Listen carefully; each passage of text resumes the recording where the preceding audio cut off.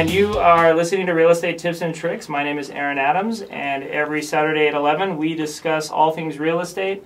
We discuss investing in real estate as a retirement option, and we love to pound the pulpit and discuss why Indianapolis is largely recognized as the #1 real estate market in the country for cash flow properties and investing. And I scour the internet on a daily basis to find studies and find articles and lists.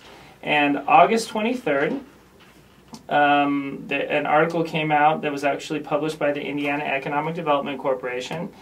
And it talks about the business climate of different cities throughout the country. And they ranked the best the top 10 business climate states in the country. And what was really interesting was not only did Indiana make it to this list, it was ranked #1 in the Midwest, 5th overall in the U.S. And as I read through the article, I was struck by a couple of things. The first thing that they did was this is the 9th year they published this list, and they based it on 32 factors that are all controlled by state governments. So they looked at taxes, human resources, education, right-to-work legislation, which that was a really politically hot issue this last legislative session, energy costs, infrastructure spending, workman's comp, economic incentive, the list goes on and on. What's one of the things that struck me was that Indiana's ranking in the report moved up 18 places since 2010. And I gotta believe, Doug, you guys remember it. There was, you couldn't go by the State House without people, the unions were all against the right to work legislation. And, Catherine, was that an issue that you touched base on, that you were familiar with at all? It wasn't an issue that dealt with my practice, but I do know that there was a lot of discussion among attorneys and, of course, among the talking heads. And I think that there are arguments to be made on both sides as to whether or not that particular issue contributed to us going up the ranks. I think it probably has more to do with the fact that we are not as subject to the wild swings in real estate prices, in labor prices, in all of the other things that you see, especially on the coast and in Florida, New York, California, that can affect value. We also are, they call us the crossroads of America for a reason. We're very easy to get to, and that creates, that's a great opportunity for any business that is depending upon sending its products outward.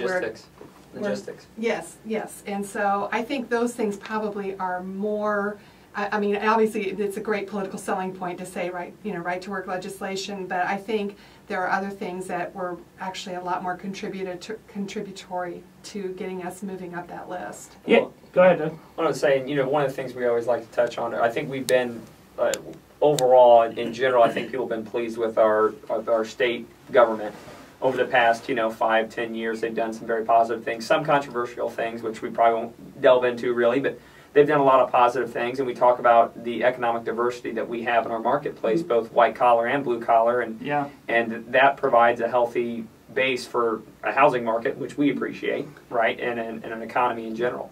Yeah, go ahead, Gary. And Aaron, I think it's also important to remember that in 2005, 2006, and 2007, Indianapolis area actually went through a foreclosure crisis when the real estate market was still hot across the country. And so we actually started coming out of our housing recession before the bubble hit in 2008. Yeah, and well, coming from California, we didn't have a housing recession. The kind of things that it's like I've owned a condo downtown that I bought for $390,000 in 2006, and I was talking to some investors from Connecticut last night, and mentioned to them that at one point it probably had dropped to a low of maybe $350, but if I would have bought a condo in Vegas or Miami or Southern California for $390 in 2006. Right now, it would barely be worth $205, $210. Yeah. Well, Aaron, you and I were out in Vegas. What was that? Last, I don't know. It's been a few months ago. Yeah, a few months ago, and we were laughing because some of the investors who predominantly focus in Las Vegas, we always laugh like, okay, what was this worth in quotes, right?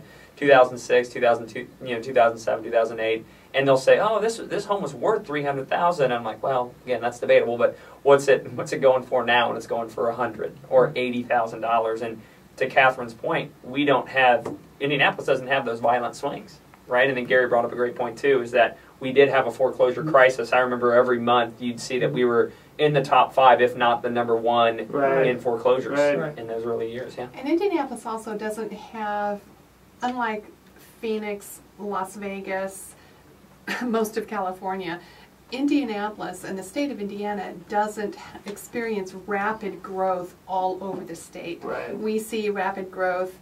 30, 40 years ago, we started seeing rapid growth in Carmel. 10, 20 years ago, we started seeing rapid growth in Greenwood. In the last 10 years, we've seen rapid growth on the west side. The downtown, so it tends to be not little, but pockets of growth. And so as a rule, the general growth tends to be very steady. And so when one area takes a hit, when downtown Indianapolis was no longer the place that people wanted to be and it was really struggling, well, you had growth happening in the periphery. And so it makes Indianapolis a very stable place to be, both in terms of attracting executives here who want to or live in a place that housing isn't going to bankrupt them. And it just creates a very stable cost of living environment that's very attractive for business for all kinds of reasons. Yeah, that's a good point.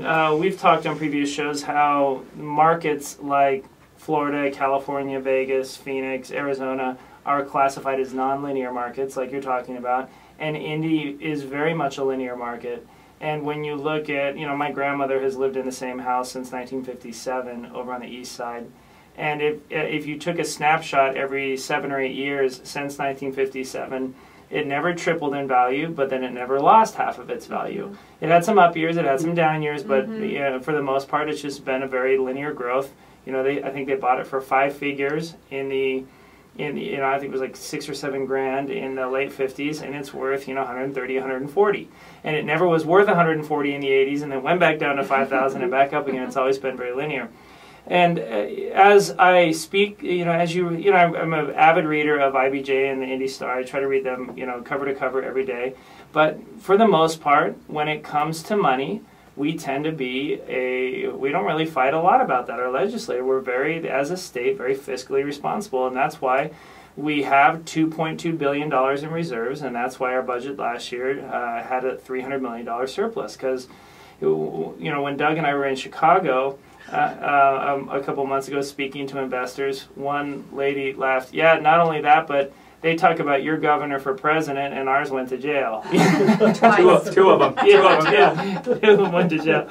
So I love reading articles like that because they confirm what we already know, but they're great to show to other investors that we meet all around the country. Another thing that struck me about that article is that when you looked at the rank of neighboring states, because one of the misconceptions people have is that Indianapolis and central Indiana is part of the Rust Belt. And when you look at Kentucky, their business ranking was 28th, Ohio was 20th, Michigan 39th, and Illinois, like we were just bagging on, was 48th.